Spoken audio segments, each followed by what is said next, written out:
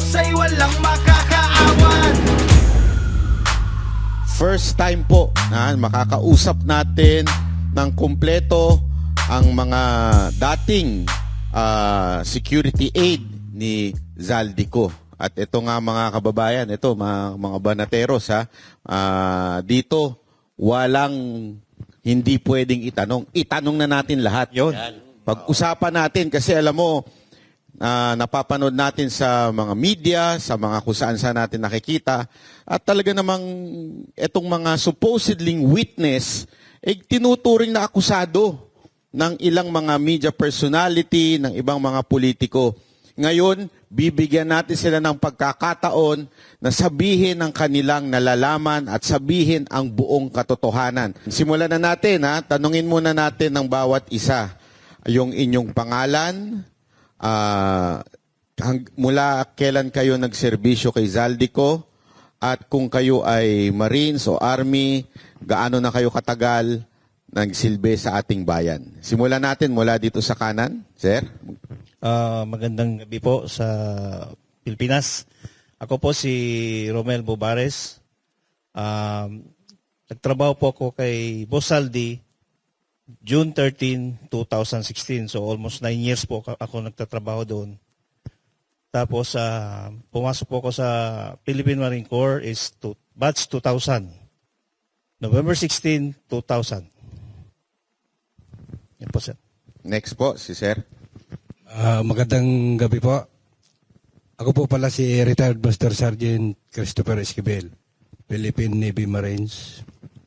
Na-enlist po ako sa Marines ng 18 March 1999 and nag-retire po ako ng 01 July 2022.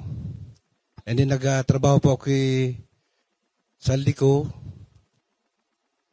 from 14 February 2023 hanggang January 2026. Yes, sir. Ako po si George Villalon Jr. Magandang gabi po. Pumasok po ako ng Marines 2006 hanggang 2010. Pumasok po ako kay Boss Zaldico January 23 at January 26, 2023 hanggang January 18, 2026. Good evening po. I am former Private First Class Cruiser Eldado. I am entering my service on September 2012 and I exit my service on March 2015. And I enter to Congressman Zaldico on February 18, 2024 and I finish on 31 December 2025. And I was assigned before in Marine Battalion Landing Team 1. Thank you. Yes, sir. Ako po, si Cecilio Laroder Jr. Pumasok ako sa Philippine Marines 2003, April 3 po. Pumasok ako sa kay Kong Zaldico 2022, September 5. Nag-end yung ko sa trabaho kay Kong Zaldico is 2026, January 18 po. Thank you. Thank you. Ako nga pala si Julie Cadjao. Pumasok ako ng Philippine Marine Corps October 30, 2018. Tapos lumabas ako ng December 2021. Pumasok naman ako kay Boss Saldi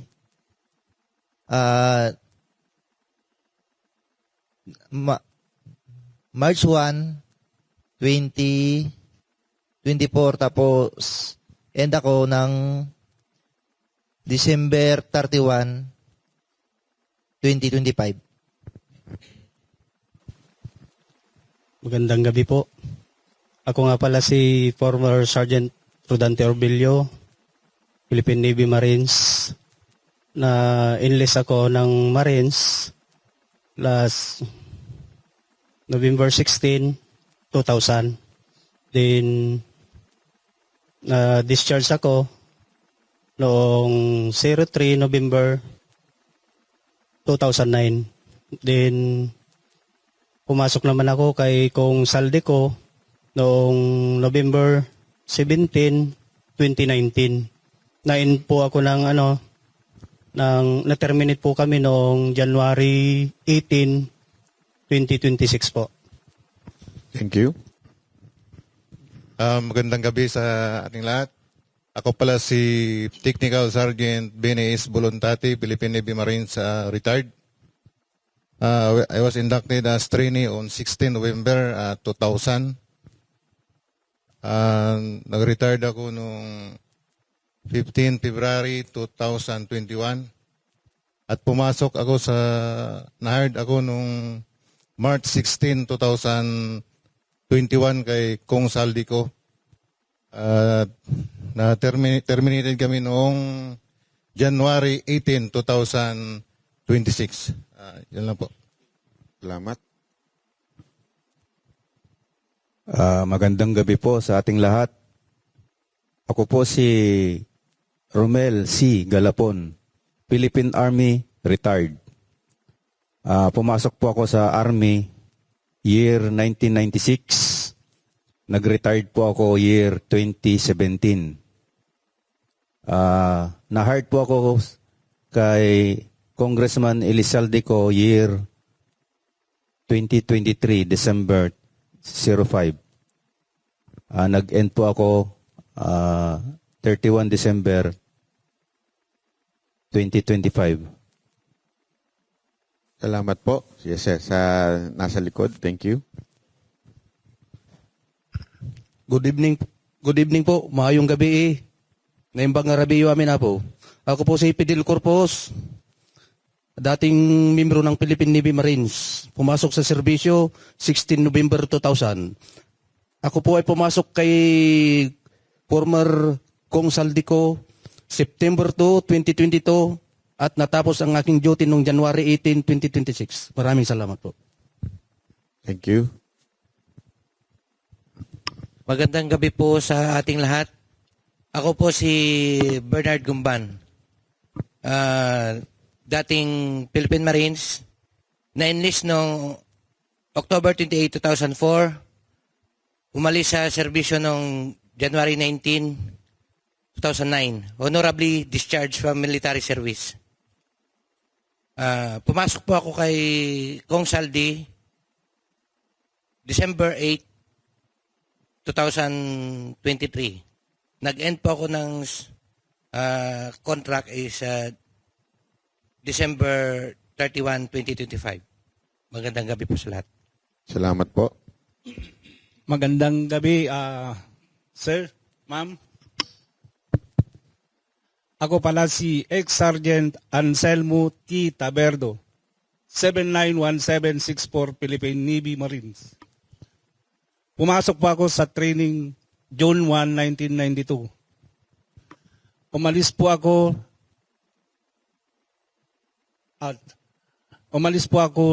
June 4, 2012.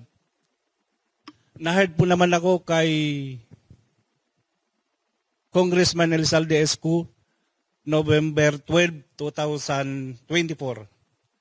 Na-terminate po 31 December 2025. Yun lang po, sir. Salamat. Ako nga pala si Sergeant Rene Boy Julian, Army Reserve. Na-enlist po ako dyan sa Reserve ay 2009 at na-hired po ako kay Boss Saldico February 10 and na-end po ako dyan ng December 31, 2025. Thank you. Magandang gabi po sa ating lahat. Ako po si ex-Staff Sergeant Johnny A. Buduan, Philippine Navy Marines. Na-enlist po ako sa Marines noong 19 December 1992 at nakapagserbisyo sa Marines ng 18 years, 9 months, and 4 days. At na-hired ako kay dating Congressman Saldico noong December 28, 2018 and terminated noong January 18, 2026. Thank you. Magandang gabi po sa ating lahat. Ako po si Staff Sergeant Walter Manalansan, Philippine Navy Marines, retired. Pumasok po ako sa Philippine Marines noon, 01 June 1992. At nag-retired po ako noong December 19, 2014 po. Pumasok ako kay Boss Saldi noong February 10, 2025 at na-terminate po ako ng December 31, 2025 po. Yun lang po. Salamat. Magandang gabi po sa ating lahat. Ako po si Hil Navidad Jr., Philippine Navy Marines. Na-enlist ako sa Philippine Marines noong June 1, 1992. Naging yung service ko noong 1993. Pumasok ako kay Boss Saldico noong January 24, 2003 hanggang January 18, 2026. Yun lang po. Maraming salamat. Una sa lahat, gusto ko lang magpasalamat sa inyong kagitingan at tapang na humarap sa ating mga kababayan upang isiwalat ang mga pangyayari at mga experience ninyo. Pwede po kahit sino ang sumagot sa inyo pag sa aming mga katanungan. So kahit po sino, pwede po kayong sumagot. Unang tanong na ibibigay ko po sa inyo, kamusta naman po ang inyong pagpunta sa NBI kanina? So, ano ho ba ang inyong nararamdaman na kayo ay somehow ay inaakusa ng direktor ng NBI na tila nangangailangan lang ng pera, kaya kayo nagsasalita. Pangalawa ay kayo ay sandali lang namang nagserbisyo daw kay Saldico, pero kung papakinggan natin ang lahat ng pinagsasabi nyo, ang tagal nyo kay Saldico. Ano ho ba ang pakiramdam ninyo kanina pagkatapos nung hindi natin matawag na interview ito o baka interrogation? Ano ho ang inyong pakiramdam? Kahit sino po, pwedeng sumagot. Kanina sir, nung pumunta kami sa NBI, maganda naman po yung trato nila sa amin. At lahat naman po na kanilang tinanong sa amin, amin naman pong nasagot ng maayos. Yes sir, magandang gabi po. Kami po ay nagpapasalamat sa ngayon ng National Bureau of Investigation sa pakipag-asikaso sa amin nung dumating kami doon. Very hospitable po sila. Tapos maganda yung approach sa amin. At naiintindihan nila yung side namin at naiintindihan namin yung kung ano yung purpose para sa amin. Yun lang po, maraming salamat. Thank you po. Ano ho ba inyong naramdaman kanina na kayo ay hinarap sa NBI? Meron po? Okay. Siguro. Kayon, si Sir. Smooth sailing naman po, sir, sa kabuuan. Smooth sailing naman. Ayan. Okay. Master. Eto po, pangalawang katanungan natin. Kanina, dito muna tayo sa NBI. Ano ang unang ginawa at ipinaliwanag sa inyo ng investigador pagdating nyo sa NBI para lang sa kaalaman ng ating mga kababayan na ngayon sikat na kayo sinusubaybayan na kayo sa mga balita. So para malaman nila kung ano yung nangyari sa NBI. Kahit sino po pwede sumagot. Sige po. Hello. Bali, ang unang tinanong kasi nila sa amin, sir, is about sa aming serbisyo. Kung talagang kami po ay tunay na Marines at saka tunay na Army. So, naliwanagan naman po sila nung ibinigay namin sa kanila yung mga length of service namin, kung kailan kami pumasok, anong serial number namin. So doon naman po ni talaga na kung ano po yung mode of discharge ng mga bawat isa sa amin, kung ano po yung mga lahat ng mga nangyari sa aming serbisyo. Yun po yung unang tinanong po nila sa amin, mga sir. Kung ano yung pangunahing tanong, ano ba yung tinanong sa inyo at ano yung ibinato sa inyo ng mga investigador? Wala pa naman yan sa korte, so maaari nyo pang sabihin yan. Saka tinanong po nila, sir, kung ano po yung mga participation po ng bawat isa po sa amin. Regarding po sa mga itong tinatawag natin na mga basura na yun ang mga tungkol sa mga mali-malitang pera po. Yun po yung mga tinanong po nila sa amin, sir. At kung meron po kami mga ebidensya na aming ipapakita, yun po yung mga tinanong. Gaano kayo tumagal kanina sa NBI? Matagal ba yung question and answer nyo doon? Almost kanina, sir, 3 to 4 hours. 3 to 4 hours. Yes, sir. Salamat Nagbigay pa rin kayo ng panahon sa amin para matanong. Coach. Una, bago ko kayo tanungin, in behalf sa mga Filipinos, no, hirong-hiro po ang dating sa inyo. At alam ko, napakahirap ng ginagawa nyo, lalo-lalo na yung may mga asawa at may mga anak. Kaya, sir, saludo sa inyong lahat dahil mahirap po itong ginagawa ninyo, itong sinisiwalat ninyo ay mabibigat na tao. No? Pero ito ang aking tanong, may mga dokumento o ebidensya ba kayong ipinakita o ipinasa sa NBI kanina? And bigyan ko na rin ng follow-up question, kasi merong sinasabi itong si Director Matibag na meron daw 8 sa inyo na hindi naman nagtrabaho kay Saldico or under doon sa ibang handler. Meron po ba dito? Sino dito yung 8 o meron po ba o wala? Linawin nga natin. Sige po. Sir, wala. Yung sinasabi po ni NBI Director na yung 8 po na hindi po nagtrabaho kay Boss Saldi, hindi po yung totoo, sir. Lahat po kami, sir, nagtrabaho kay Boss Saldi ko. Saan kaya niya nakuha yung chismis na yun? Di lang namin alam po, sir, kung saan po nanggagaling yung mga... Paano ba kayo napasok bilang security ni Saldico? Meron bang particular na tao na kumontak sa inyo o si Saldico mismo tumawag sa inyo o ni-refer lang kayo ng bawat isa? Kung may kaibigan kayo o may isang tao kayong parang handler? Sige po. Unang-una po, sir, nag-hire po si Boss Saldi ng Marines. So first siya nag-hire sa amin PA Marines.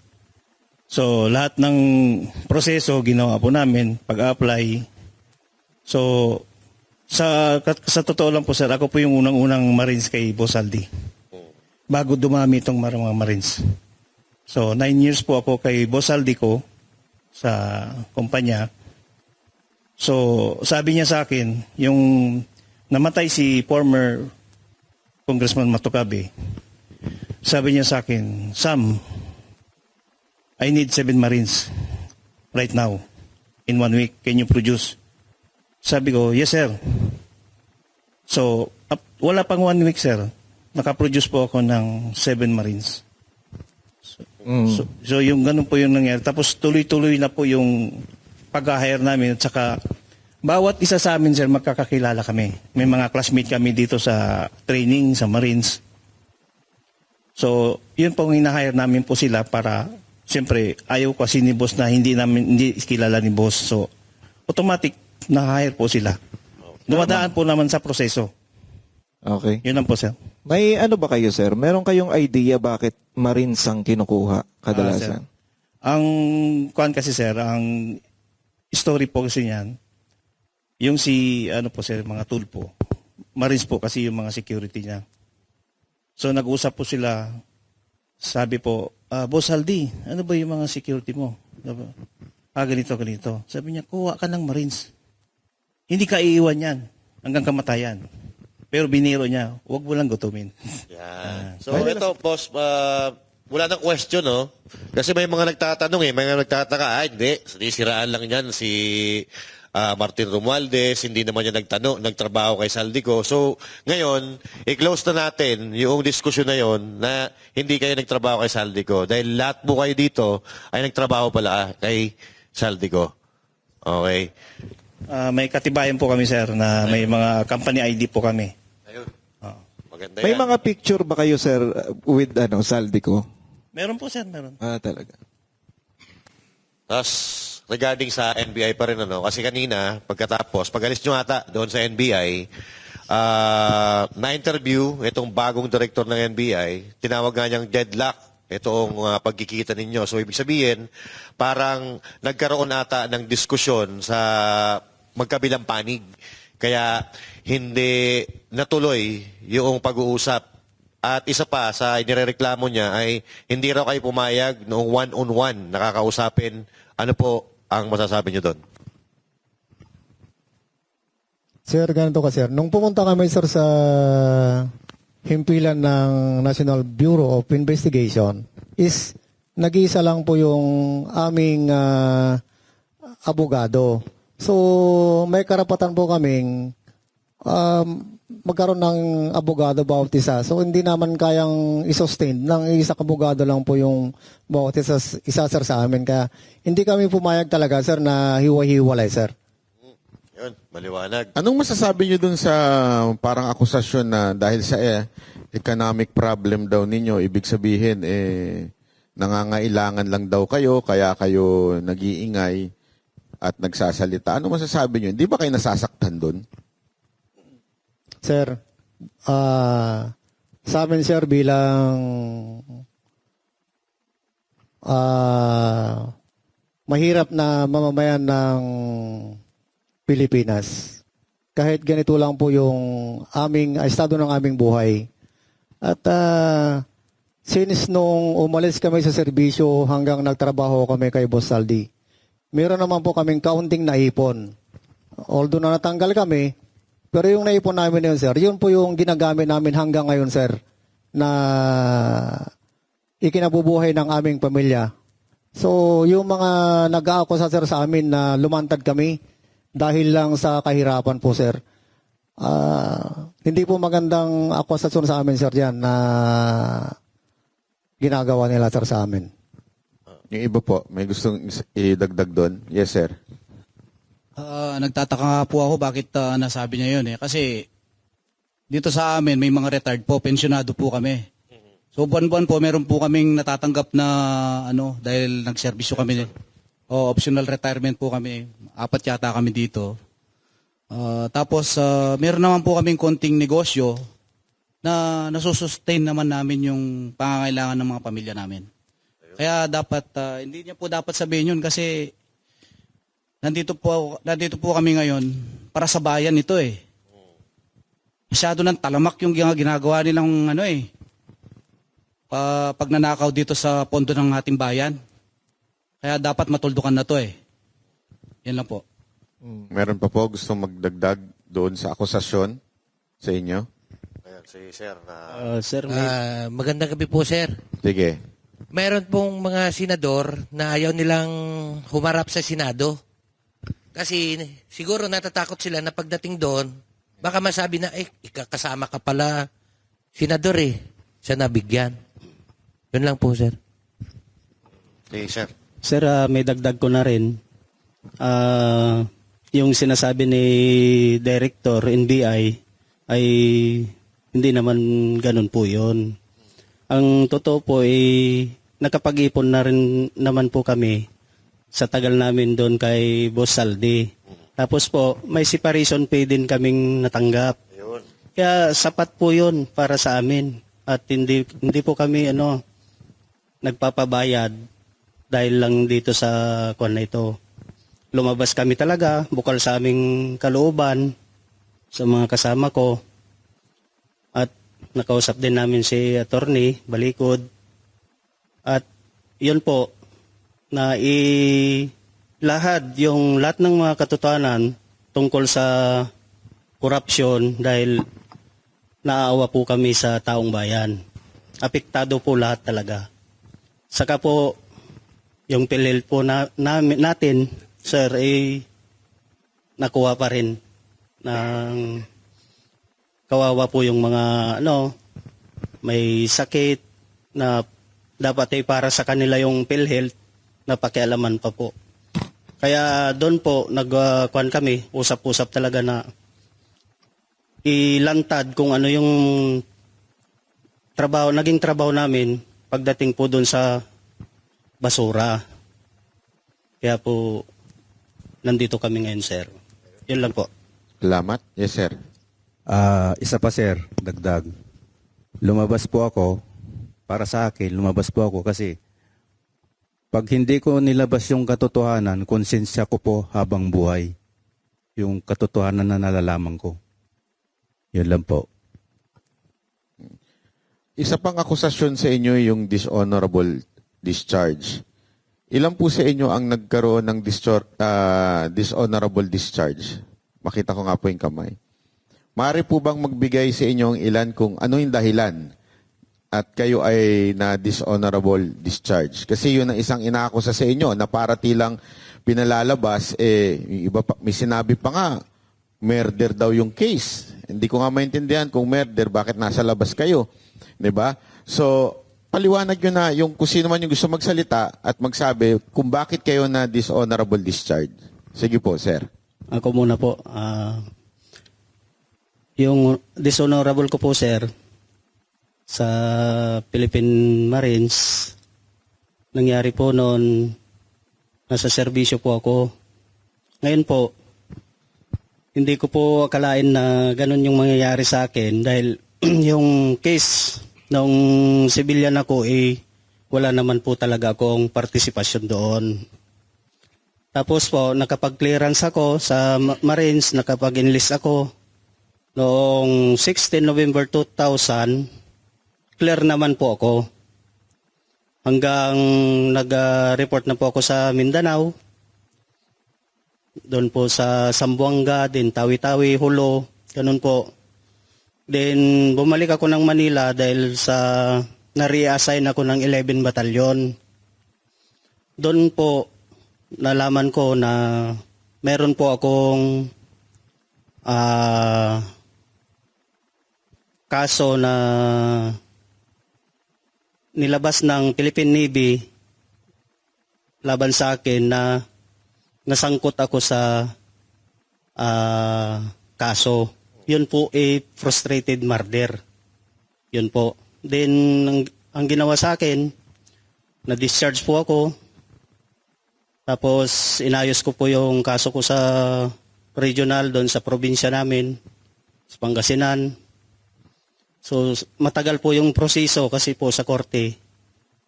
Then, naipanalo naman yung kaso. Nagkaroon po ng resolution, yung case. Tapos pinarnisan ko po yung NBI para makapagkuha po ako ng clearance. Yun po yung naging dahilan ng aking pagka-discharge sa Marines. Although sir, gustong-gusto ko talagang magserbisyo. Dahil sabi ko nga, motto ko nga doon sa area, mamamatay lang ako na uuwi. So yung na yun, yung paninindigan ko na yon, buo talaga yung loob ko na magserbisyo sa ating bayan. So masakit yung loob ko dahil nasangkot ako sa kasong hindi ko naman ginawa. Yun sir, naging dishonorable po ako dahil sa nangyaring yon. Pero tinanggap ko pa rin po kasi sumobra na po ako dun sa taon na dapat makabalik na ako ng 5 years sana, nakabalik na ako sa Marines. Ang sabi po ng Navy sa akin ay overstaying na po ako sa labas. So hindi na po ako tinanggap.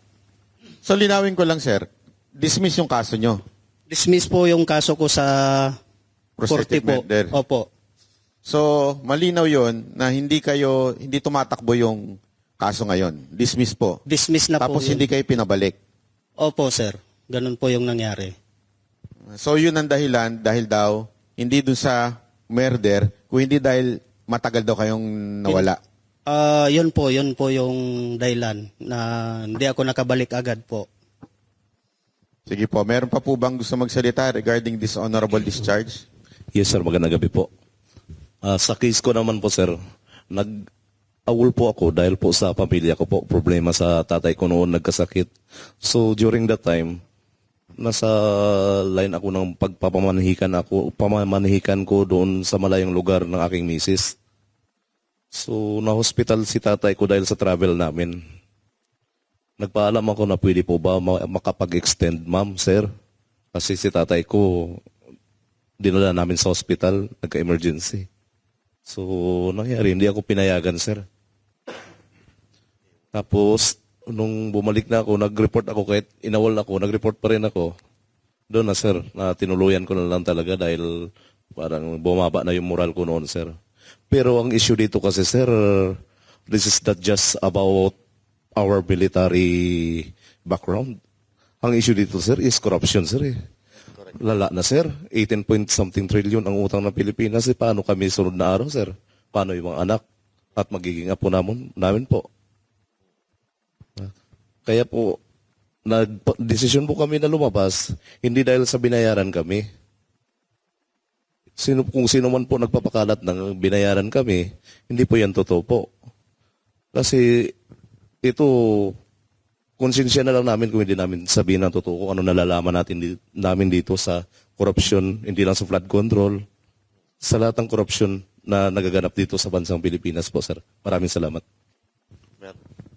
Meron pa po na gustong paliwanag? Sa akin, sir, nangyari kasi sa akin, sir, noong panahong doon sa area ko, sir, tapos nabalitaan ko lang yung asawa ko may sakit sa puso. Tapos nun, sir, kasi ang sabi kasi ng asawa ko, sir, unang uwi ko doon, 1 year kasi kayo kung hindi nakauwi, sir, doon ako sa solo na assign. Tapos sabi ng asawa ko, sir, nung unang uwi ko, huwag ka nang bumalik. Sabi ko, kailangan ko bumalik. Ngayon, sir, nag-away-away kami dalawa kasi ayaw niya talaga ako pabalikin.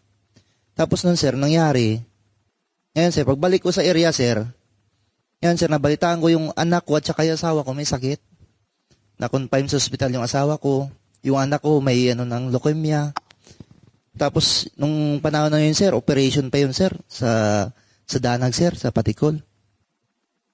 After nun, sir, mabuti, sir, may signal naman yung maliit na cellphone, sir, nakapagtawag ako. Tapos nabalitaan ko lang na ganun nangyari sa pamilya ko. Yun, sir, sabi ko, umiyak ako dun sa barracks ko, sir, dun sa nag-ano kami dun, sir, harboring. Umiyak ako dun, sir, tapos sabi ng officer ko, sir, umuwi ka muna.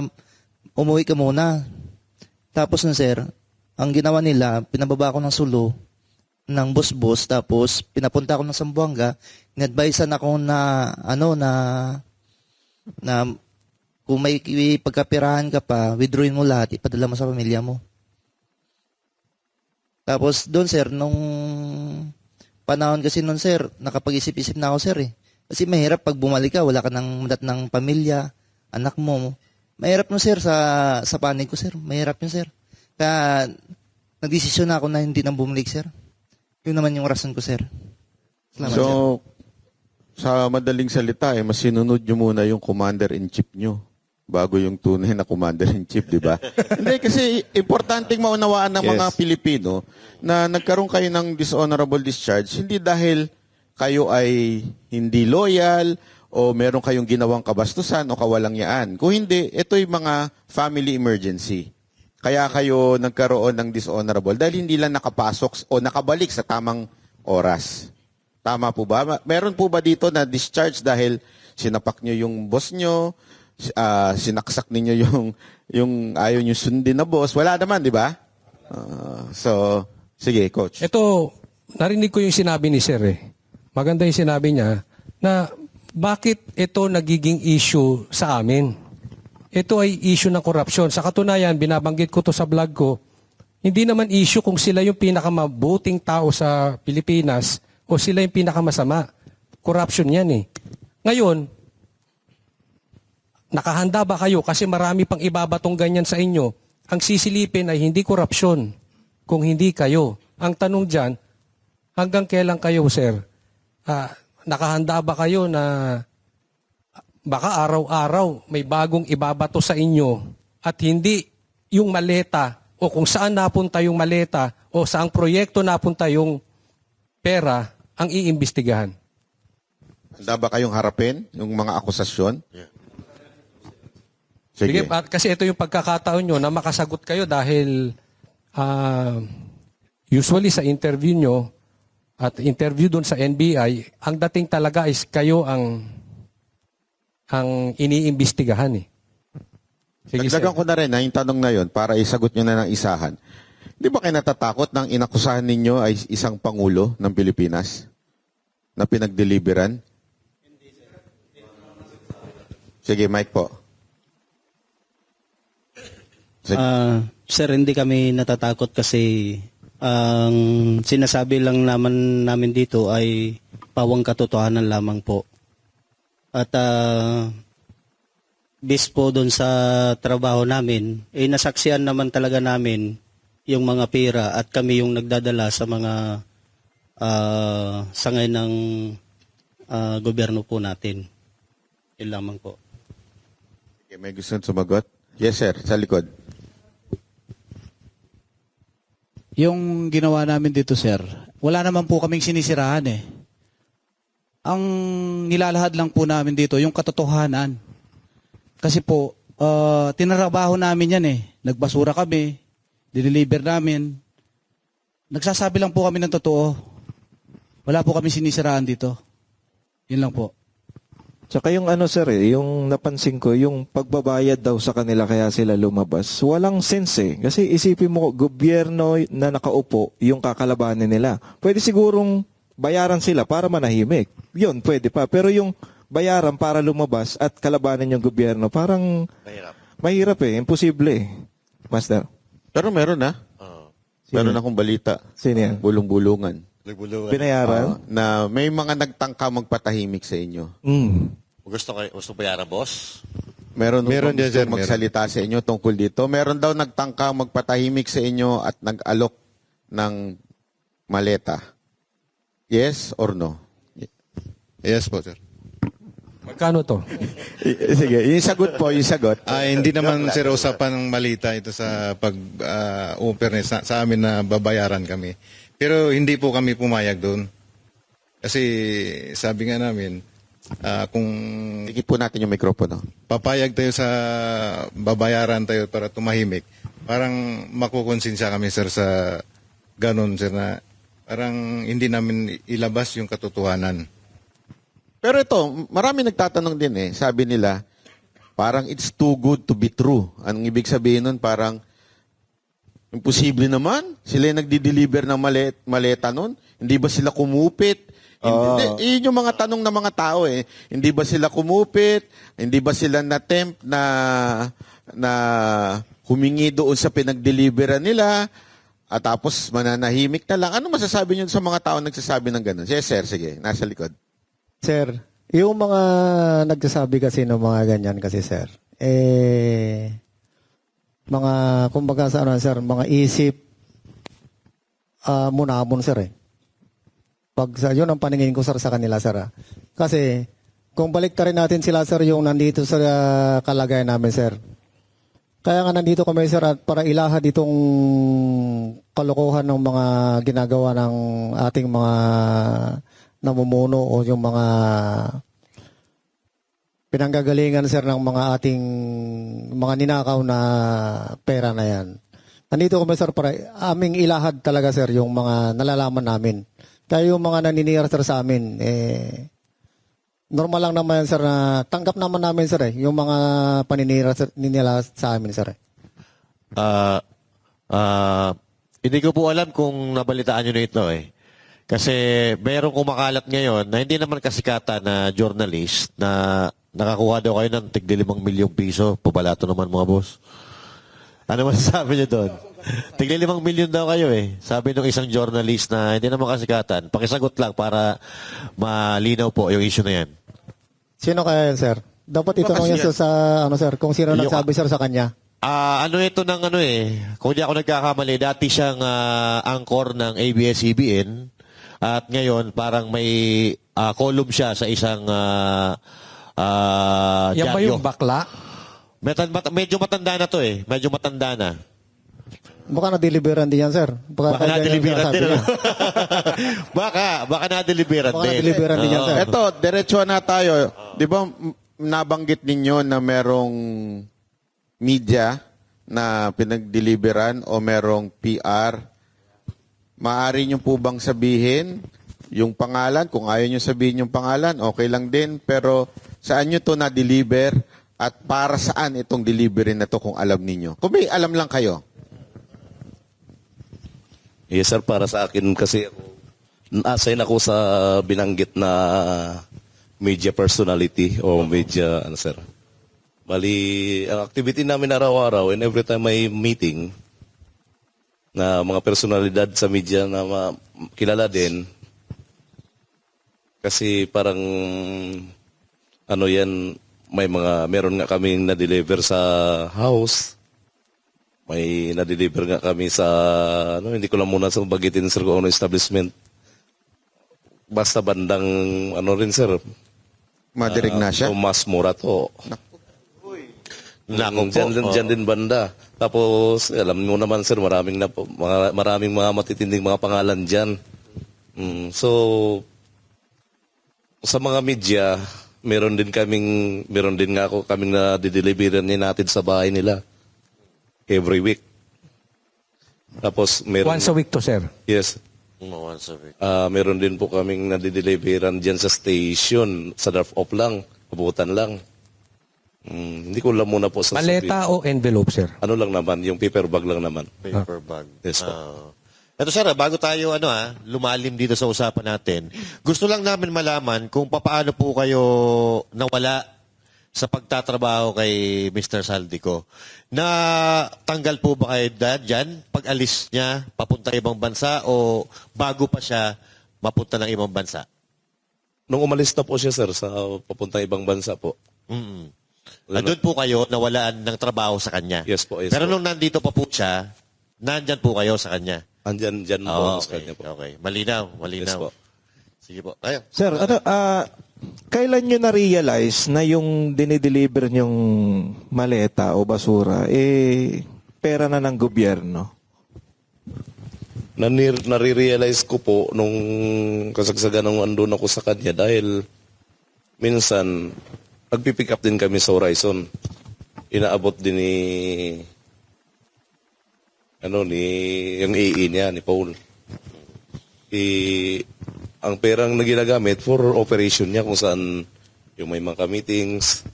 Yes po, ganun po. Kayo, meron bang iba kung kailan nyo na-realize na ito ay pera ng bayan? Meron po? Kailan nyo po na-realize na, sandali, medyo may mali na dito Medyo sobra-sobra na tong pinamimigay namin Kailan nyo po na-realize yun? Tapos isa pa dun sir, yung dito sir, yung pumutok na po yung flood control. Yung pumutok na flood control, doon na namin unti-unting naintindihan na galing pala doon yung pera. Hindi pala sa negosyo, hindi lang pala sa negosyo ni boss. Okay. So ang paliwanag ni Saldico, sa negosyo niya yan? Ang pagkakalam po namin sir, kasi negosyante nga si boss sir. Yes po. Okay. So, naintindihan ko na. Kasi tinatanong ng iba, bakit ngayon lang kayo nagsalita na ganito? Meron pala, noon pa, meron ng ganon dahil sa negosyo niya. Yes po, sir. Okay. So, maliwanag sa atin, no? Nung pumutok yung flood control dahil na-fact check ng kalikasan, doon nagduda sila sir na ito palang hinatid natin na pera, galing pa ito sa kaban ng bayan. Pero ito, ano po ang masasabi ninyo doon sa statement ng isang mambabatas na kahit daw 5 taon kayong mag-deliver ng maleta, hindi kayo makakapag-deliver ng 805 billion. Totoo ba yun? Kasi doon sa 805 billion, di ba? Sabi ni Atty. Baligod. So kahit daw 5 taon kayo na maghakot ng maleta, hindi daw mabubuo, mahirapan daw mabuo yung 805 billion. At sinabi, papasubok daw sa inyo sa NBI. Pinasubok ba? Hindi naman po pinasubok na NBI. Sir, lapit lang po natin yung mikropono pag sumagot tayo. Sige, sir. Ang sistema kasi sir, ang sabi nung sa balita, paano bilangin yon? Binibilang sa machine. Pero sa pagbilang ng mga EA na nakikita namin, naka-bundle na yan sir. 1 million, 20 million. Ganun na yung bilangan sir, hindi na sa machine. So, hindi kayo ang nagbibilang, yung EA. EA sir. May idea kayo kung nasaan yung EA ngayon? Ito yung Paul at Mark, di ba? Yes, sir. Wala din kami balita po, sir. Wala. Wala din po. So, kayo, basta hindi nyo naman siya binibilang na, basta dinadala nyo na lang bulto-bulto, 1 million, isang manok, di ba? Yes, sir. Pero nandun kayo, sir, nung kasal, nung aid ni Saldico. Wala po ako nun, sir. Kasi matindi daw yung handaan, boss eh. Nung kasal ni... King crab ba doon? May king crab? May king crab. Ayun.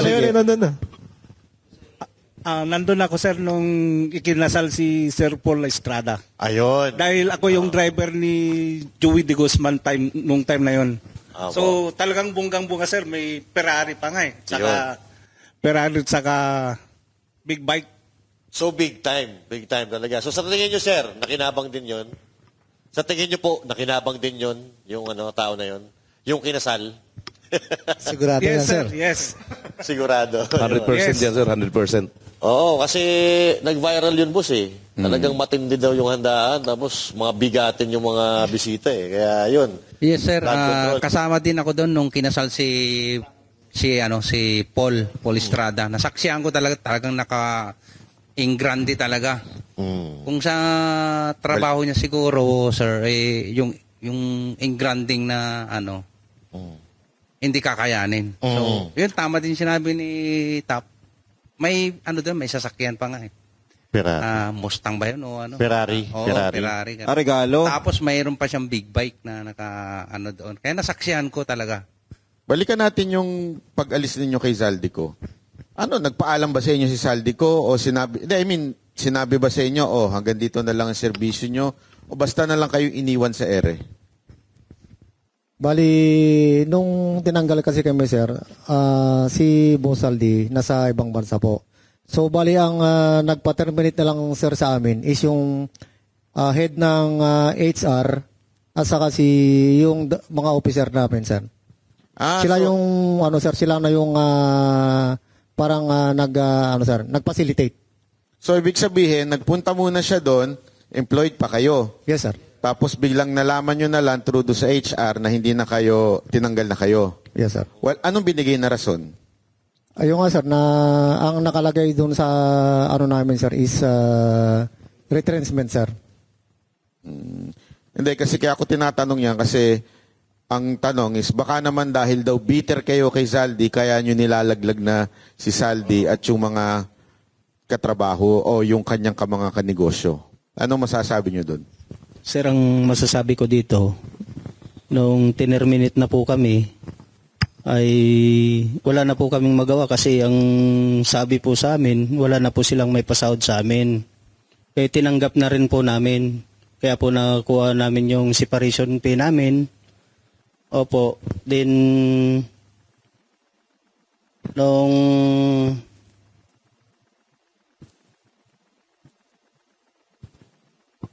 nung kalati lang po yung binigay pala sa namin, sir.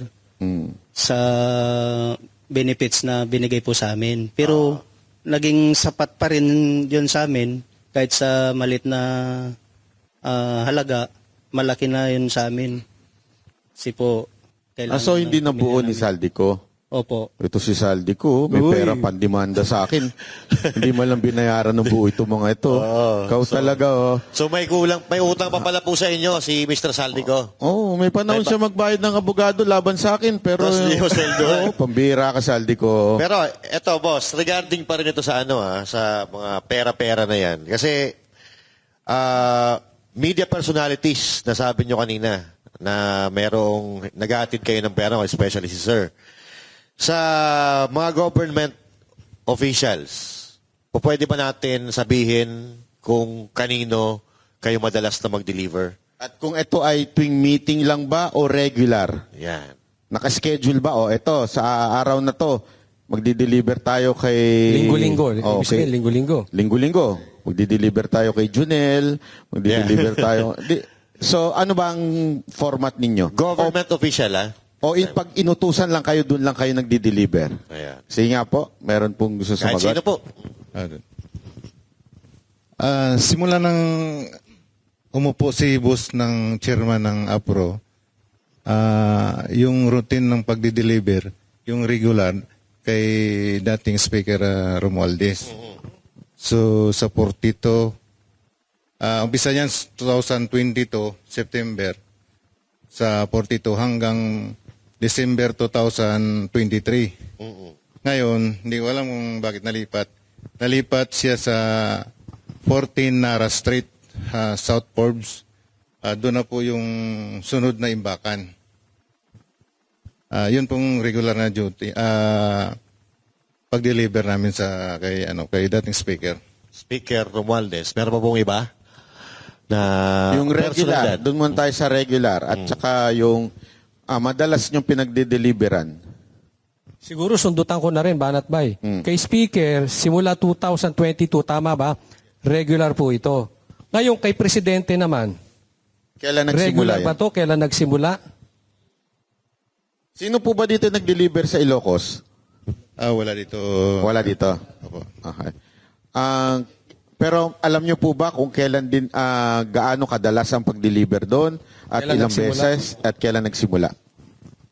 Hindi po namin direct na nagde-deliver kay BBM. Kasi po ang alam namin, dun sa kay speaker, siya na po okay. partida ni BBM. Yung sa Ilocos? Meron din dyan yung may participation yung ibang tropa. Pero wala po dito. Wala dito. So, Tama po ba kasi kung tama yung aking pagkakaalala, ang sabi ninyo ay nag-deliver kayo sa Ilocos, may one time pa nga eh. Hindi ko alam kung one time o gaano kadalas na si Sandro pa ang tumanggap. Nandoon siya. Tama po ba? At meron ba kayong picture with Sandro? Yung nag-deliver po, meron sila. yung nag-deliver, may picture kay Sandro? Apa. Kay... Na tinanggap niya yung pera? Yung dineliver po nila. Kasi nagpa-picture sila doon sa bahay po. Kay kay Speaker Romualdez, may picture po ba kayo? Mostly kasi yung nagre-receive dyan, yung Mayordoma po. Sa Portito. Wala, may picture yung mga EA po. Minsan mag-picture nga umaiwas kami kasi hindi man kami iniisip namin na balang araw gawin namin ebidensya ito. Kasi sa amin po, trabaho lang. Nakikita nyo siya personal, si Romualdez? Wala po siya sa pag mag-deliver. Okay. Tundutan ko na rin yan. Sa dami-dami ng diniliberan nyo, sino yung nakikita nyo ng personal na politiko o government official? Yung talaga nakita ninyo? Kahit hindi tumanggap pero nakita ninyo? Sa townhouse naman, marami pong politiko dyan na pumupunta at nakikita po namin na paglabas nila, meron na po yung dala na paper bag, expandable envelope. Kasi yung mga dala-dala po nila, kami pong nagdala yan galing sa Horizon, pinakarga sa van para pagdating dun sa townhouse. Saan yung townhouse? Manila Polo Club Townhouse.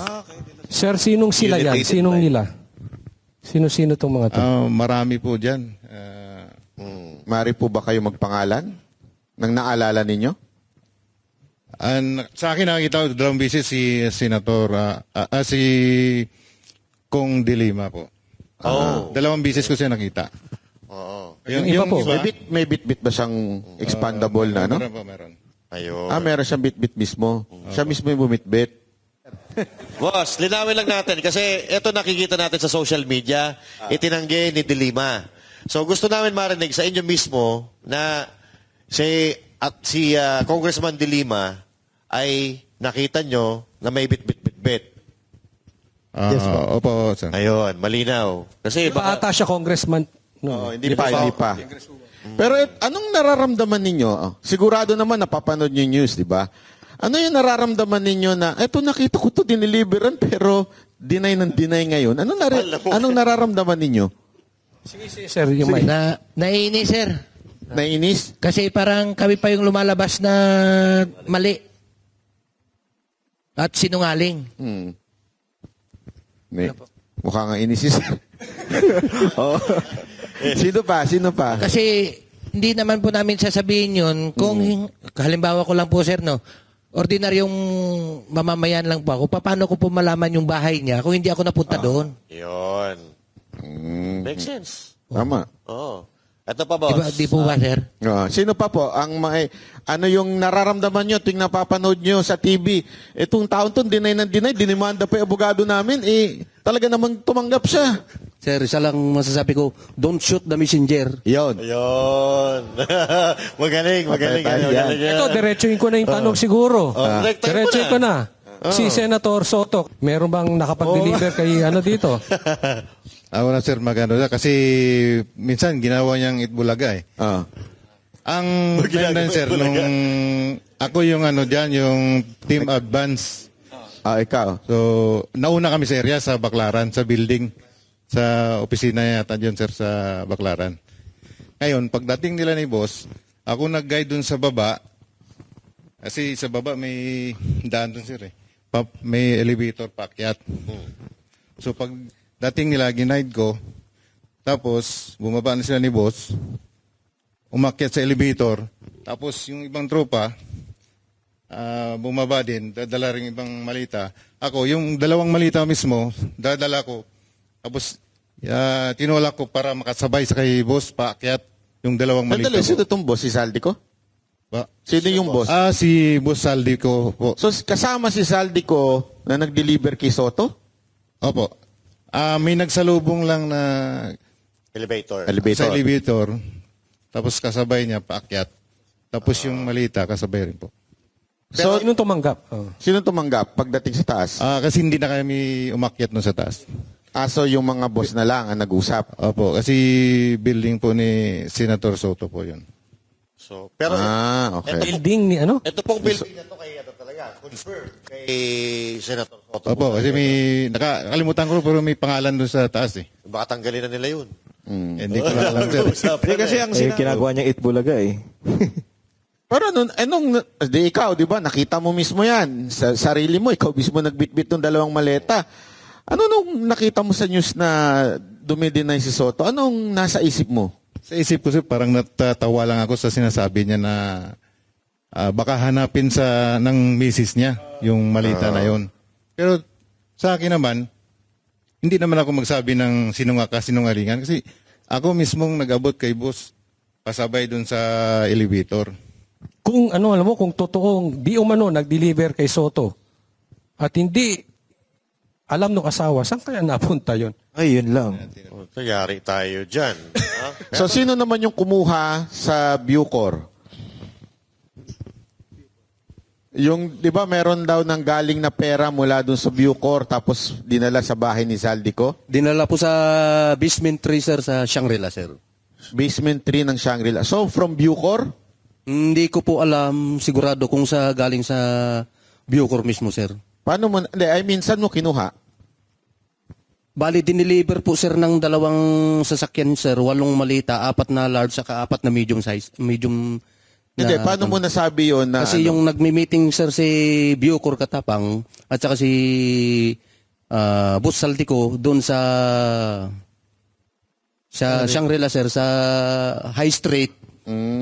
Nagpasama po si Paul Estrada sir na kung pwede pakisamahan siya para i-diskarga yung mga laman ng pick-up, yung mga 2 sasakyan sir. So, linawin natin. So, may meeting si Saldico at saka si Katapang. Yes, sir. Kanino yung sasakyan na pinagkuhanan ng maleta? Sa inyo ba? O hindi nyo sa Hindi sa amin, sir. So hindi galing sa inyo, nagpasama lang si Paul para kunin, tapos inilipat iniakyat namin sa number 56 Horizon Home, sir, sa condo unit ni Boss Saldico.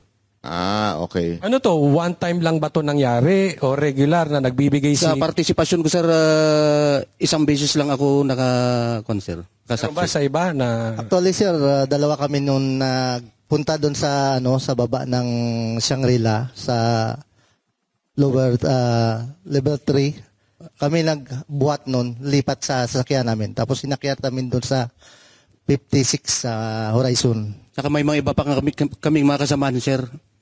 Tulad nila... Pero isang beses lang to. Sa akin, sir, isang beses lang, sir. Sa akin din, sir. Yun na Isang lang beses yung lang. isang beses. So after nyo matid, alis na kayo? Yes, sir. So wala namang pag pinag-deliveran, kinuha ni Saldi ko yung kalahati, tapos, ito, dalhin nyo na sa iba. Walang ganon. Wala ganun, sir. Siguro, nung pagkatapos nung ibang araw, yun na, in-deliver na yata kung saan yung ipa-deliver po.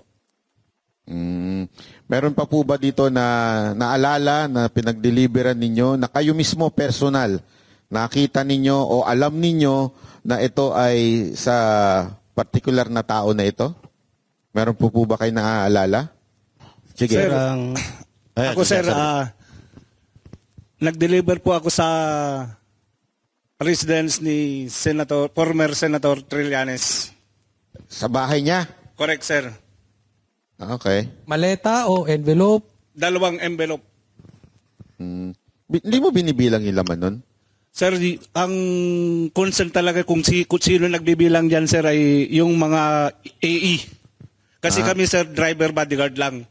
So, ang concern lang namin, magmaneho, ang pagbibilang ng pera, yung mga AE. So, nung diniliver mo sa kay Trillanes, siya ba ang tumanggap? Tao niya ba?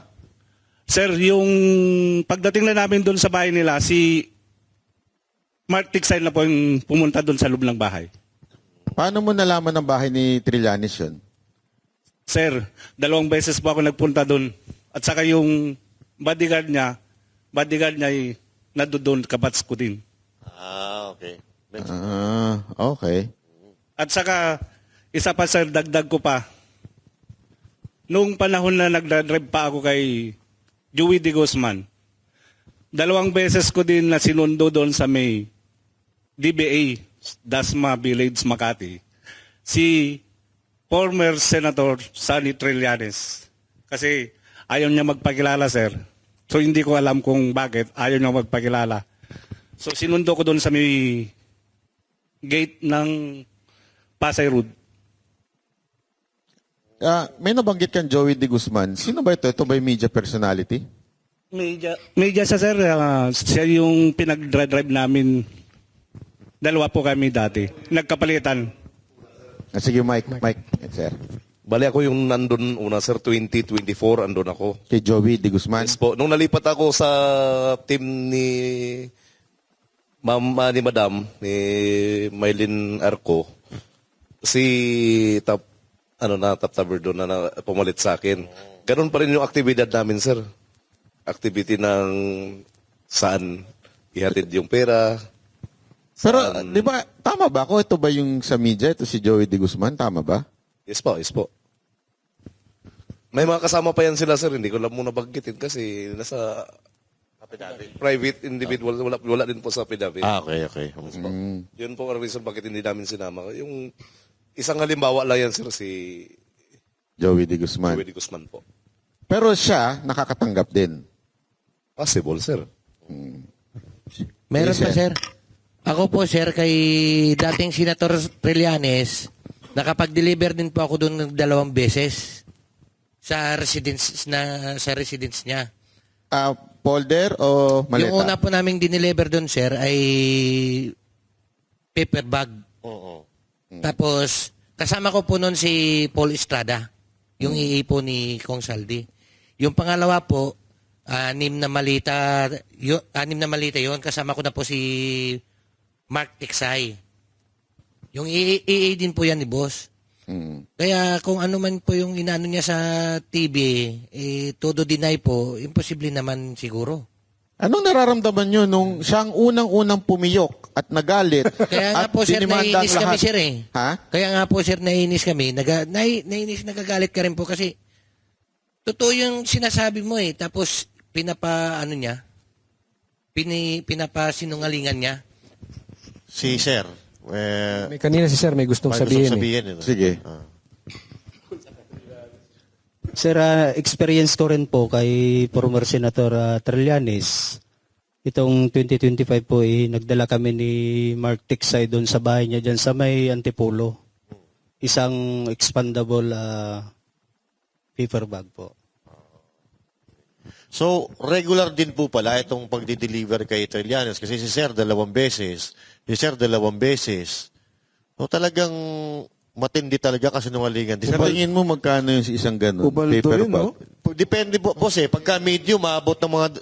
Anong laman nun, sir, yung paper bag? Ano yan? 5 to 10 m. 5 to 10 5 to 10 M. talaga? Opo. Ano kalaki yung paper bag? Malaki, hindi yung maliit. Oo. Makapal Dapat paper bag dyan. Malaking paper bag. Ang sarap ng buhay ni Trillanes. Minsan nga, sir, napupunit pa eh. Minsan nga po napupunit pa. Sa Yung bigat, paper bag. Napupunit pa sa bigat. Aba, malupit pala talaga ito si Trillanes, ha? Sinungaling po talaga yan si Trillanes eh. Bakit po? Paano po hindi sinungaling? Kasama ko po sa Magdalo. Biro mo nung tinanong siya ni Ma'am Jessica Soho na pumaliktad daw ako. Nung time po na yun sa Oakwood, pinababa po kami ng junior officer niya. Marami po kami pinababa nun. Tapos sinabi niya po na bumaliktad daw kami. Nakulong po ako ng 2 taon. Nalagasan po ako ng 3 rangko na pinaghirapan ko pong spot promotion sa Mindanao yun. Kasi naniwala kami sa kanya. Naghirap po yung pamilya ko noon. Kaya wag niyang sabihin na bumaliktad ako. Napakasinungaling niya talaga. Totoo ba yung sinasabi ni Pierre Ardi na yung mga magdalo daw, pinitik yung mga kutsara tinidor dun sa hotel? Hindi po totoo yun. Actually, yung building na yun, walang nawala po yun. Kasi kami po mismo, pinaglaban namin yung corruption noon sa loob ng armed forces po noon. Kaya naniwala kami sa kanya noon. At actually, yung Magdalo po, buwag na po to eh. Halos wala na pong naniniwala sa kanya dahil sa kasinungalingan niya tsaka yung tumatanggap siya. Siya mismo ang gumawa ng ganyan. Ang pinaglaban namin is corruption. Anong pakiramdam mo nung siya ang unang-unang dumideny kahit alam nyo may na-deliveran? Di ba, unang-una, nagdemanda ka? Siyempre, po ako nasasaktan ako bakit nagawa niya yon. Samantalang yung pinaglaban namin, corruption. Tapos ngayon, siya mismo ang gumagawa. Grabe, no? Matindi pala to si Trillanes. Matindi pala to si Trillanes. Si Sir, di ba, may nasabit na nagsalita na ba? Sige.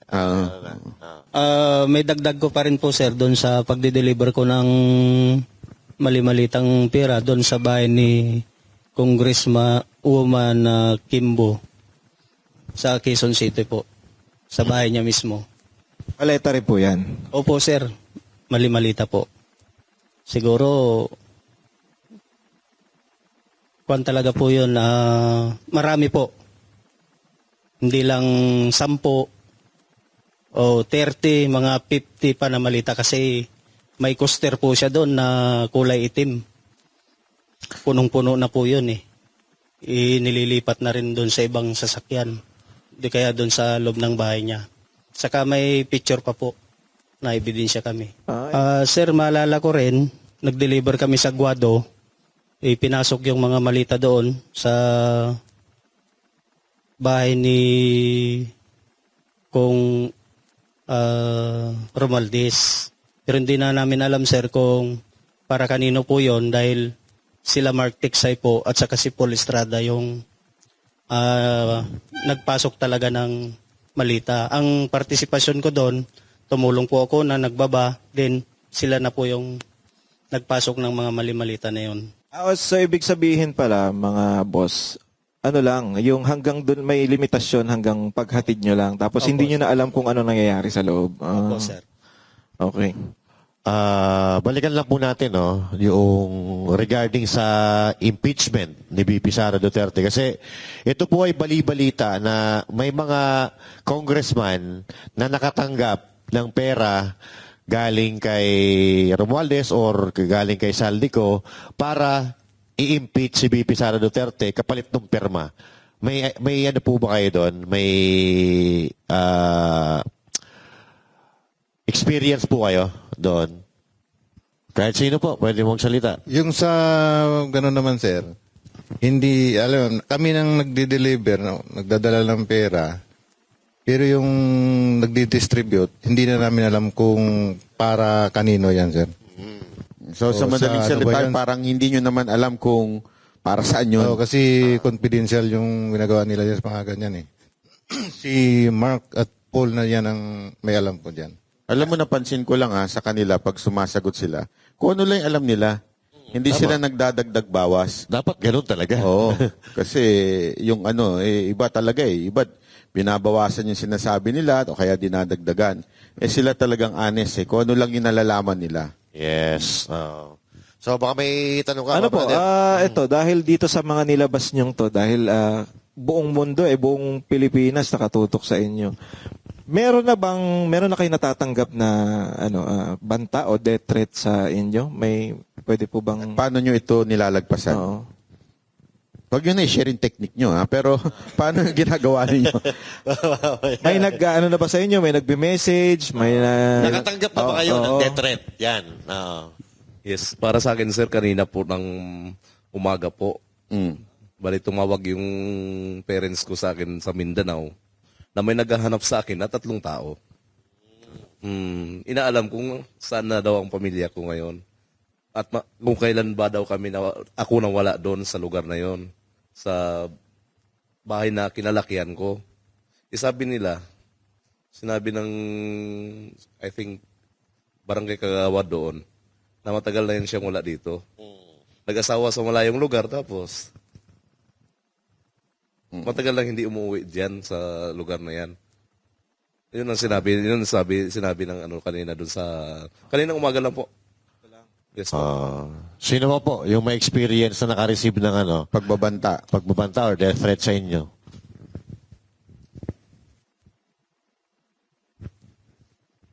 Sir, yung pagbabanta kasi noon na ginawa sa amin ng isang officer namin is na pagka kung lumabas kayo, ang sabi doon sir, kung lumabas kayo, siguraduhin lang ninyo na mapataob nyo itong gobyerno. Pagka hindi nyo mapataob ito, may kalalagyan kayo. Yun ang sinabi mismo nila sir sa amin. Okay. So ito, isa pang tanong meron ba kayong napag-deliver ang cabinet secretary o yung mga secretary ng mga department ng gobyerno?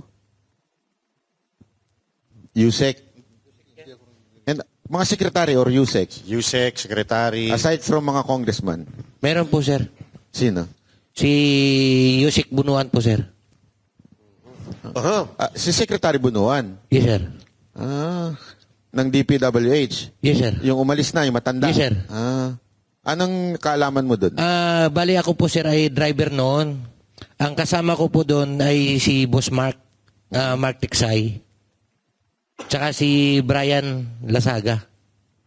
Ako po yung driver, bali si Brian Lasaga po yung yung security.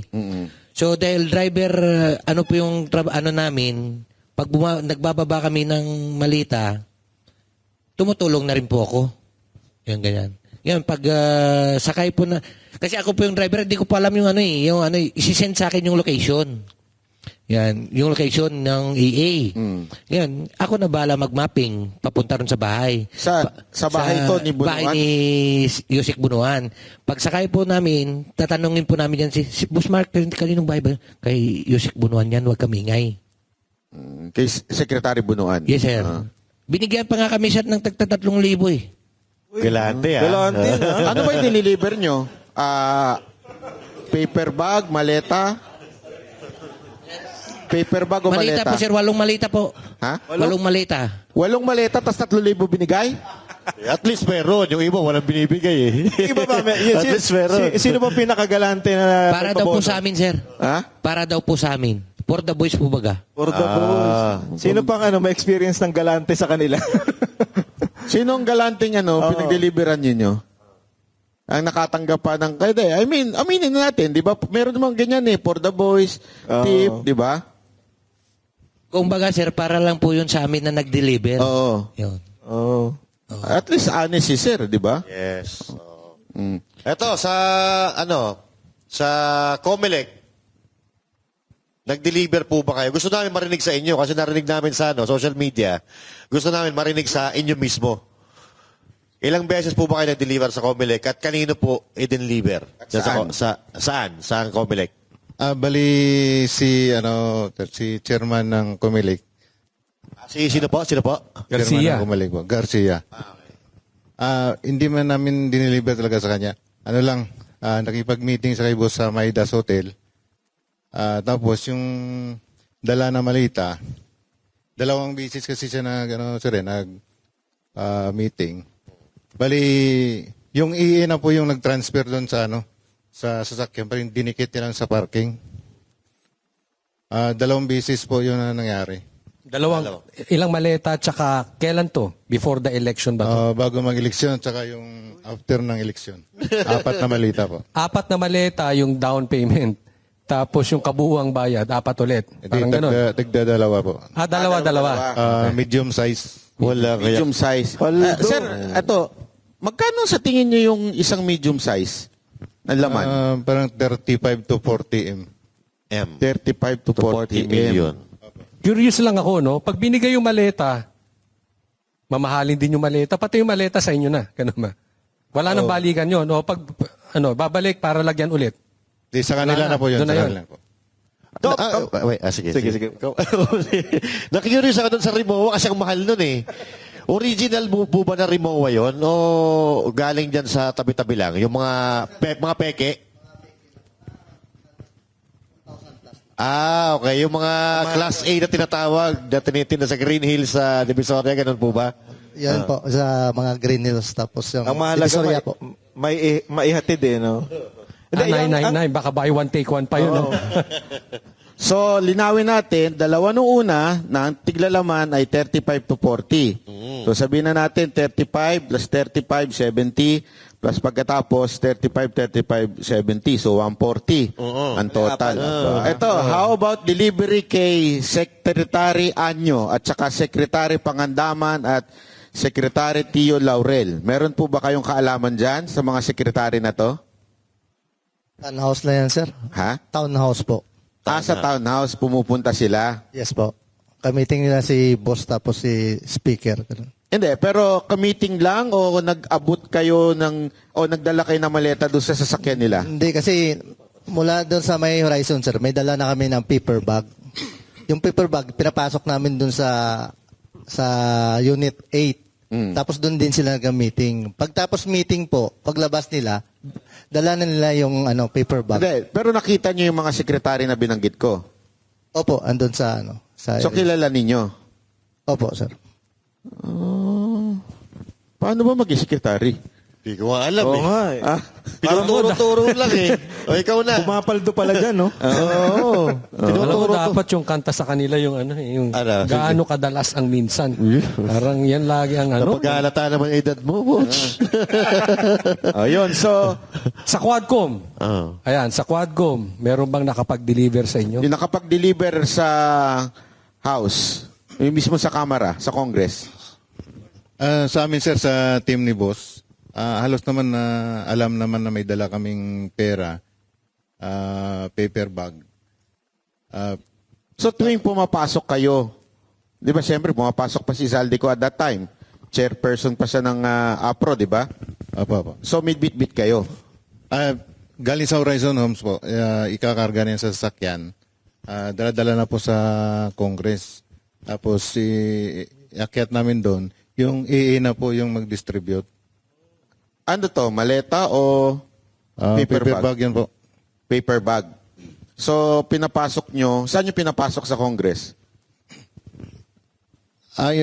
Pagka ano po, inaakyat doon sa opisina ni boss. Hindi, saan kayo dumadaan? Kasi Sa maraming daanan helipad yun po, eh. helipad. Sa helipad, sir. Sa helipad. Yes, sir. Doon Tapos may CCTV doon. Meron, sir. Kasi ito yung VIP, di ba? Yung helipad. Ang dumadaan lang dyan si speaker eh. At saka yung mga friends niya. Yes, sir. Di ba? Tapos diretso yun. So, Pero minsan din, sir, doon sa kabila sa 325, kasi dalawa yung opisina ni boss eh. Sa 325 din po. gaano kadalas yan? Anong quadcom po? Pag may every na mag-meeting, meron pa kaming dadala. So pag may hearing, may bit-bit kayo? Opo. Hindi nyo lang alam kung saan na napupunta. Pagka labas ba ninyo, bit-bit nyo pa rin yun? Hindi na po. Alam ko sa mga member po ng quadcom po ibibigay. Teka muna, tanungin natin to Quadcom na kasi gusto natin to eh. Para mainit ka sa Quadcom. Hindi naman. Tuwing may meeting ang Quadcom o may hearing, ilang maleta, lahat ba sila o panggrupo yung ibinibigay ninyo? Maleta ba? Folder? Paper bag po, individual naman pagbigay sa kanila. Yung iba na hindi na hindi na bibigyan sa townhouse na po. So yung pinapasok ninyong paper bag, 4 million ba o mga 2 million lang? Ano po yung laman minimum po 5 to 10 M po. Magkano? 5 to 10 M. Ang isang envelope? Hindi, isang paper bag. Isang paper bag. Yung expendable envelope, bali 2 M lang yung laman po nun. Gaano kadami yun? Yung paper bag? Marami naman po. Marami. Kaya pala sipag nila hearing. Pwede araw-araw ang hearing. Umapaldo pala. Oo nga eh. Ito. How about Senador Escudero, Ligarda, Erwin Tulfo, at gaano kadalas? Doon po sa kay Senator Ligarda po doon sa bahay niya. Sa Batangas? Sa Forbes. Dito. Sa Forbes. Opo. Kasama po mismo si Kong Saldi noon, sir. Ano to, senador siya o congresswoman pa ng time na to? 2024 po yun, sir. 2024? Senador na. Senador na. Pag meeting niya doon, si boss, pagpasok nung libo ni boss, binaba namin yung 2 maleta. Ilang beses po yun? Gano'ng kadalas? O isang beses lang? Para sa akin po, sir, isang beses lang po, sir. Andali, 2 maleta? Yes, sir. Medium yan, sir. Medium, sir. Medium. Sabihin na natin, medium. 35, to large. 35, 70. Medium po, sir. 70? 999. Bakit hindi, ito, nagtataka lang ako, bakit laging medium, hindi large? Mabigat. Mga 3 tao, sir, kung alanganin ka magbuhat. Di ako, kaya ko yun. Ako. Bigyan mo nga. Kakayanin mo. Joke lang. Tapos, doon po kay Senator Escudero, kasama din po namin si Boss Saldi noon. December po yun, sir, 2024. Doon sa bahay niya sa New Manila. 4 na maleta rin po, sir. Etong mga nangyayaring, di ba, pinag-uusapan natin yung ginawa ninyo sa NBI. Kasi etong paulit-ulit na tinatanong nung time na ini-interview namin si Attorney Baligod na baka naman katulad din yan nung kay Gutesa na sa simula lang, tapos pag tinakot yung pamilya, naintindihan natin, ako, naintindihan ko yung nangyari kay Gutesa, tapakahirap nga rin naman. Sabi nga nila, i-bash ka na at lahat, gawin na sa'yo lahat, pero pag ang pamilya mo na, dudugo na yung puso mo dun Di ba? Alam natin yan. Pero kayo ba? Kasi yan ang tanong sa amin Siyempre, di man namin masagot. Kayo po ba, hanggang kailan kayo, at sigurado ba kayo hanggang dulo, itutuloy nyo itong laban na to? Sige po, kahit sino po. Hello, sir. Para sa amin itong tropa na to, sir. Kung anong naumpisahan namin, hanggang dulo na ito. Wala nang iwanan. Tatapusin na namin. Kung sana nga, matuldukan na to Kasi naumpisa na namin to. Hanggang dulo na ito. Paano, sir, kung merong magtrilyani sa inyo? Malabo. Malabo mangyari. Malabo. Malabo si Medyo Trillanes, ibang no? breed yun, ano? Oo, ibang breed. mixed breed yun. Sige po. Meron pa iba? Hindi po gawain ng Maris yung ganun, sir. Hindi po gawain ng Maris yung ganun, sir. Yung ginagawa ni okay. Trillanes. Sa amin nga sir, sa dami-dami naming malita, dinadala kung saan-saan. Kahit 1,000 man lang, kasi 1,000 o 500 na laman yan. Hindi pa kami nakatikim yan na magkuha dyan. Di ba? Pero ito honest to Sa akin lang ako talaga humahanga sa ginawa ninyo. Dahil pwede naman kayo manahimik Pwede naman kayong mabuhay ng mapayapa, di ba? Alam naman natin ang gulo-gulo na ng mundo. Pwede kayo mabuhay ng mapayapa, pero nagsalita pa rin kayo. Napakahirap niyan. Ako nga pag nagsasalita, ang dami kong kasong kinaharap paano pa kaya kayo na talagang ang binangga ninyo at talagang detalyado ang sinabi ninyo, talagang kita nyo, ilan na demanda ninyo ngayon. Di ba? Lahat ata ng binanggit ninyo, dinimanda na kayo.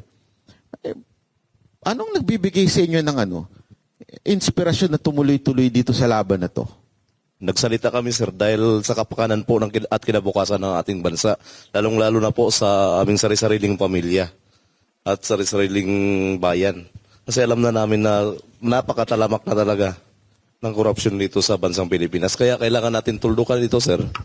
Magtulungan tayo, lalong-lalo na sa mga taong bayan, na suportahan kami kung may suporta kayo sa amin through our emotional o hindi naman kami humingi ng financial, sir, kasi sanay kami sa hirap, sir, sanay kami sa gutom.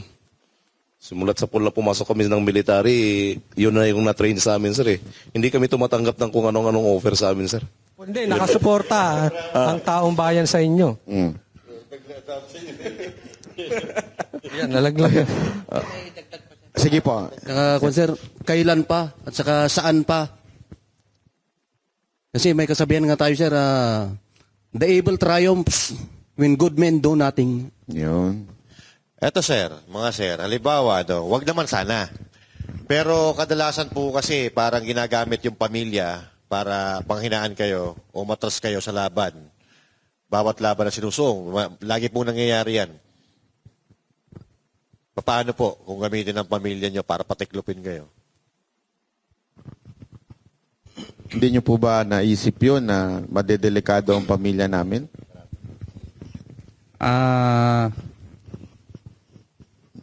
Sige sir, ikaw, hindi ka pa nagsalita si sir, ngayon na. We are ready, sir. Ready. Sir, para sa akin, thank you. Itong nabuo namin to na pag-uusap noon, nag-ano na ako sa pamilya ko, kwininto ko na kung ano yung katotohanan para sa amin yung mga pagdi-deliver at kung ano yung nakikita namin at kung sino ang pinagdi-deliveran namin. Sabi ng pamilya ko, kung ano yung totoo, sabihin nyo. At andito lang kami, sabi ng pamilya ko. Kaya yung pamilya ko, sila yung nagpapalakas ng loob ko. Kaya sumama din ako dito at nabuo itong team namin na naumpisan namin. Kaya hanggang dulo na to para sa bansang Pilipinas. Good. Meron pa po. Sir, ayun. Okay. Yung sinasabi niyo, sir, na pakailaman yung pamilya namin, iba namang usapan yan kasi hindi naman, ang sa amin lang dito, yung usapan lang man sa korupsyon ang pinaglalaban namin. Iba na pong usapan ng pakialaman ng pamilya namin, gira na po yan. Nako. Okay. Hindi kasi alam nyo, sabi nga, sa mga adik, walang imposible. Alam nyo naman yan, di ba? Wala akong pinatutukuyan, pero sa bangag, walang imposible. Lahat ay gagawin para talaga proteksyonan ng sarili. Di ba? Siyempre, yung mga praning. Pag, talagang kahit na napapaligiran na siya ng pulis, napapaligiran na siya ng katotohanan, hindi yung papahuli ng buhay. Gagawin niya ng lahat. Alam naman natin na marami sa ating government official na bangag sa kapangyarihan, lulong sa kapangyarihan. So gagawin niya lahat para hindi mawala yung kapangyarihan na yon at yung nakukuha pa nila hanggang ngayon. Kasi ang balita natin, di ba, kayo din, alam niyo yan, tuloy-tuloy pa rin sila eh. Imagine niyo corrupt ang 2025 budget. Until now, inulit pa nila. Para bang wala sila talagang konsensya, paulit-ulit. Hindi ba kayo na-frustrate doon? Sa bagay na, ano ba yan? Paulit-ulit na lang. Hindi nyo ba naisip na meron pa kayong gawing hakbang na iba? Ito nga sir, yung ginakbang namin nga ngayon, baka may dadagdag pa kami na para matigil na talaga itong korupsyon ito dito sa ating bansa. So marami pa kayong ebidensyang ilalabas? Yes po, marami pa po. At saka maliban sa ebidensya, boss, parang narinig ko, hindi lang kayo 18. Meron pa pong, kung halimbawa man, may gawin sila sa inyo, may backup na mga Marines din po ba ito? Na mga natitirang iba? Ano naman ang pakiramdam ninyo na na hindi kayo inimbitahan ni Lacson at parang tila minaliit kayo ni Lacson at ni Soto? Hindi kayo inimbitahan sa Blue Ribbon? Yes, sir. Meron ba? Sige lang. Baka sir, hindi niya lang kami inimbitahan kasi baka mapatunayan doon, masabi yung katotohanan. Pag nagtanong sila ba? Si Lacson po ba ay nahatiran ninyo? Meron kayong kaalaman? Wala naman. So, si Soto lang, yung ngayon ay nasa Blue Ribbon o sa leadership ng Senate. Opo, siya po. Okay. Puro kabila ang tinatanong natin nakatanggap eh. Tanongin natin sila. Kung si BP Sara, nung siya ay secretary ng Department of Education, naghatid po ba kayo sa kanya ng pera? Wala po, sir. Hindi, kasi ayan ang inaano nila eh. Ayan ang narrative ng mga dilaw eh. Na Duterte lang daw tong mga to, kaya ang dinadali nila o ang tinitira nila yung yung administration lang. Itanong natin, kayo ba Duterte lang ba talaga kayo o ano? Sige nga. Wala po, Kami sir, neutral kami sir. Ilan dito Ilocano? Ang dami. Ilocano rin ako. Ilocano rin kami. Lalo na to, kuripot nito eh. ito. Hindi, kapatid ko kasi ito eh. Yung kapatid Rinawin ko, kapatid ko to eh. Kaya, Huwag niyo sabihin ha, hindi totoo na kuripot ang so, Ilocano. yung mga nasa likod, Ilocano. Waldas ka lang daw, boss. Yan, ito sa harap din. Oh. Kasi iba, Mindanao na. Mindanao. Kaya para balanse tayo. Kay Congressman Pulong Duterte. Wala din po, sir. Wala din. Kaya nga sabi namin, sir, itong paglalahad namin, hindi to siya na maka-pro Duterte kami, maka-pro BBM kami. Ang nilalahad namin, sir, ay yung kung ano nakita namin at kung anong katotohanan lamang. Kasi from the beginning, yung sinasabi ni attorney sa amin, in-explain sa amin kung ano nakalala yung corruption sa Pilipinas. Kaya inisa-isa namin, in-explain sa kanya na yun nga, ganyan nakalaki ang korupsyon ng Pilipinas, sana pupunta yung budget. Kami sir, may alam kami sa mga ganyan. Kaya nabuo itong grupo namin na ito, na Brave 18, dahil sa desisyon namin na matulukan nga yung korupsyon sa Pilipinas. Tapos, ang dito sir, yung sinasabi nila na pro Duterte kami, kaya tingnan mo naman sir si Senador Loren Legarda, si Senador Chis Escudero, di ba sa kabila, kay baka pro Duterte naman yan sila. Bakit namin dinamay dyan? Diba? Kung may kinikilingan kami na na politiko, sana hindi namin binanggit yan. Pero bakit sa kabila nitong matitibay ng mga aligasyon ninyo, bakit sa tingin nyo may mga politiko na pinagtatakpan pa rin at baliktarin kayo?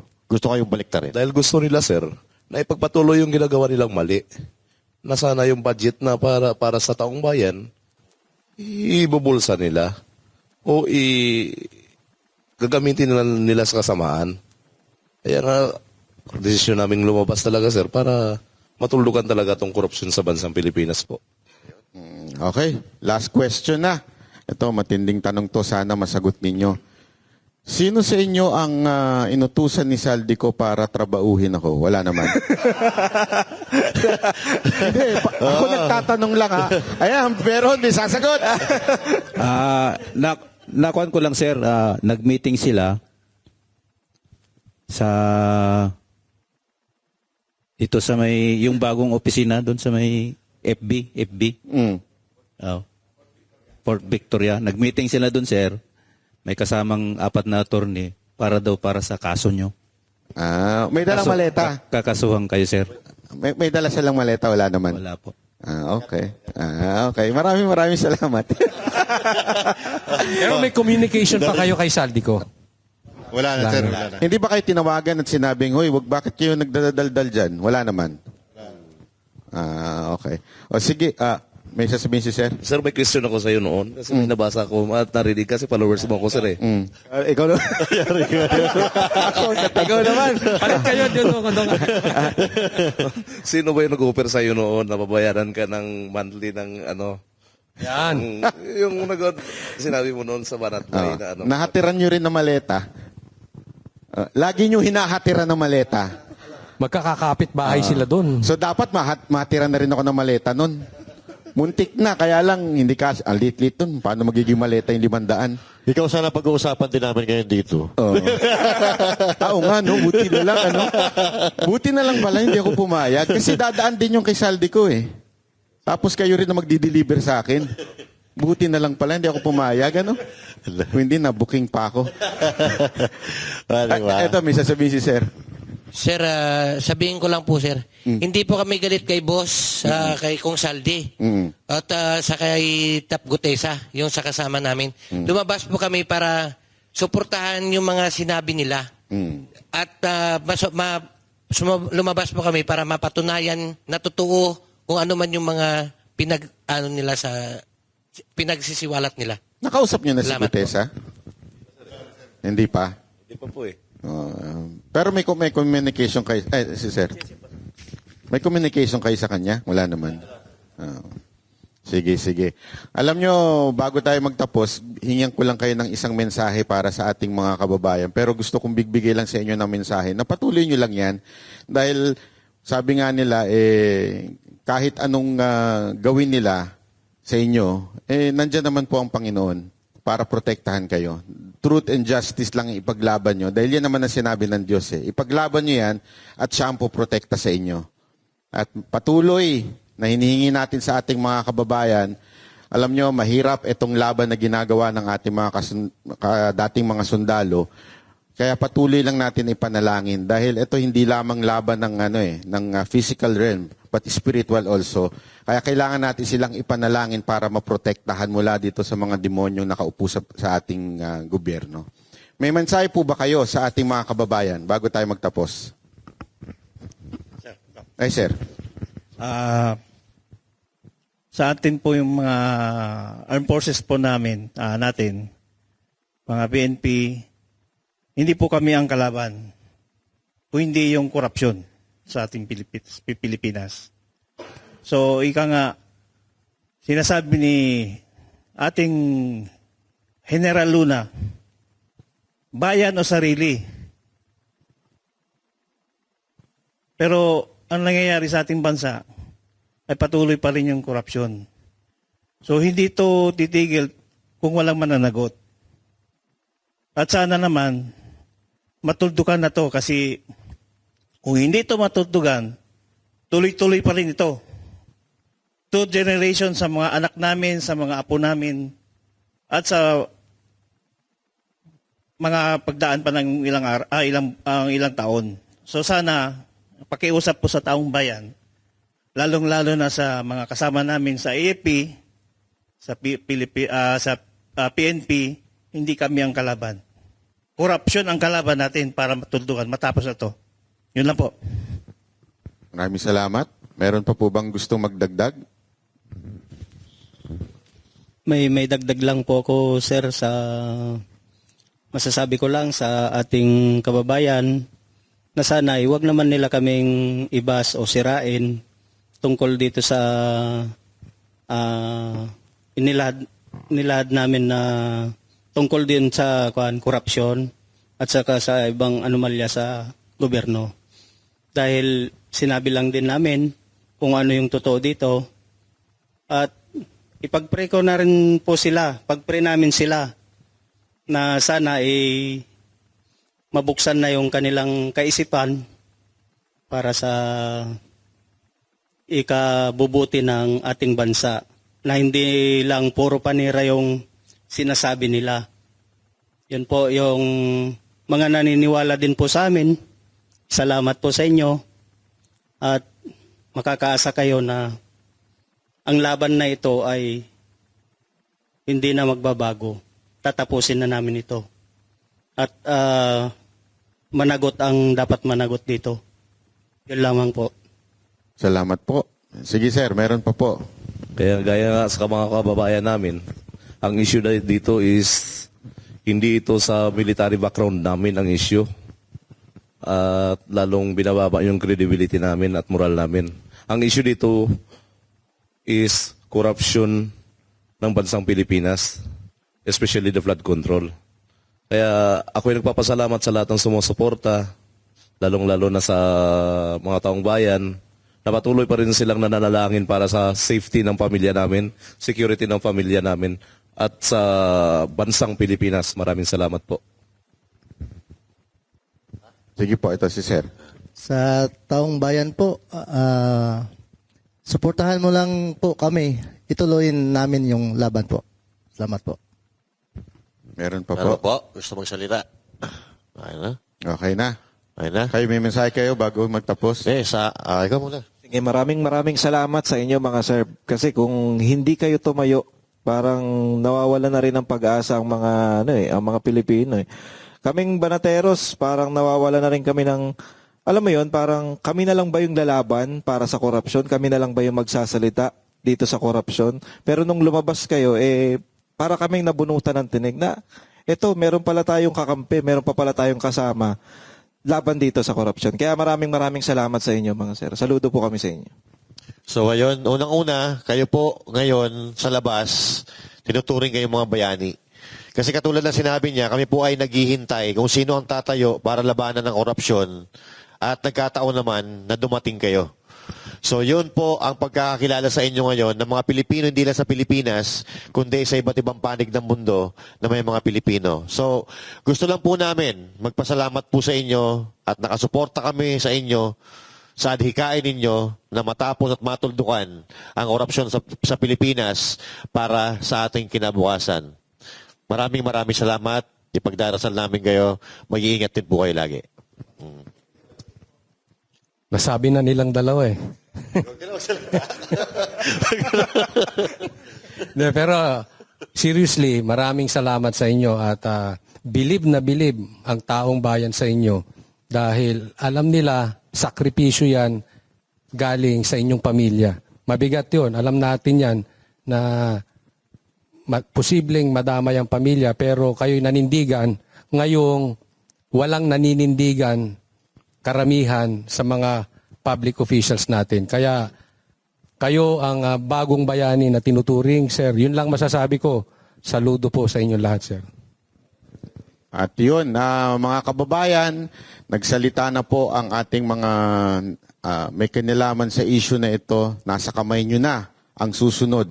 Kung kayo ba ay gagalaw o kayo ba ay mananahimik pa rin. Kaya lusob na sa buffet.